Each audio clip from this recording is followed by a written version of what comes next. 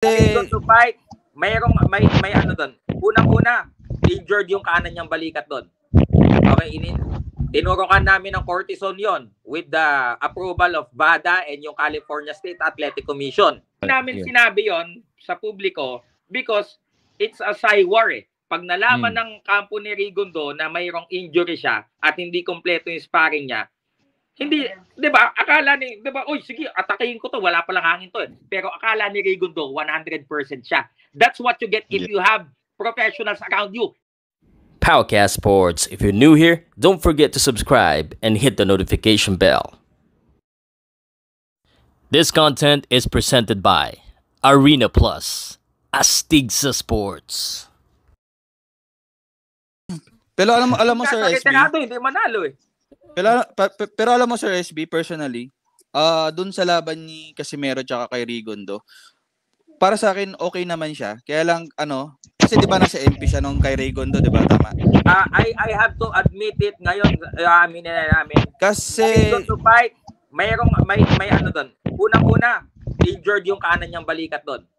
Okay, tinurukan namin ng cortisone yon with the approval of BADA and yung California State Athletic Commission. Pangalawa, alam nyo bang ang maximum sparring niya lang noon 6 rounds? Ayaw niya nang umispar ng 8, 10, 12. Dapat may ganun pa. Di bro, sabihin mo kay Sergeant ko. Ako kasi bro, mas nadadalian ako sa laban na kasi manipis yung glove eh. Mag nasasaktan kasi ako sa sparring. Real talk yan. I-rebat mo ngayon, Kangkong.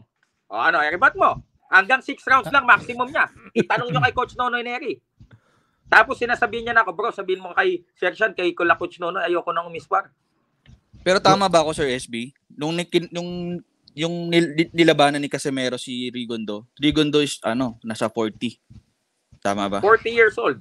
40 years old siya. Kaya yun, medyo sa akin, parang di rin naging impressive sa akin yung laban. Hindi talaga impressive. Kulang kasi siya sa sparring. Yung issue sa kanya preparation kasi.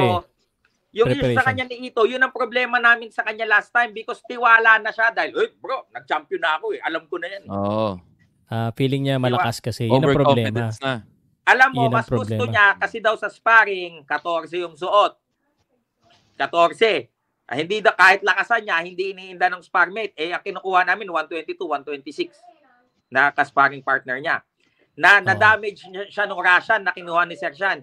Yung Russian, 1 round pa lang, uminda na siya. Nagkaroon siya ng dito, parang masakit yung ganito. Hindi na, kumbaga, parang tendonitis or something. Tinurukan siya ng cortisone. May video ko nun. Alam ko, sinend ko na din kay Pau yun eh.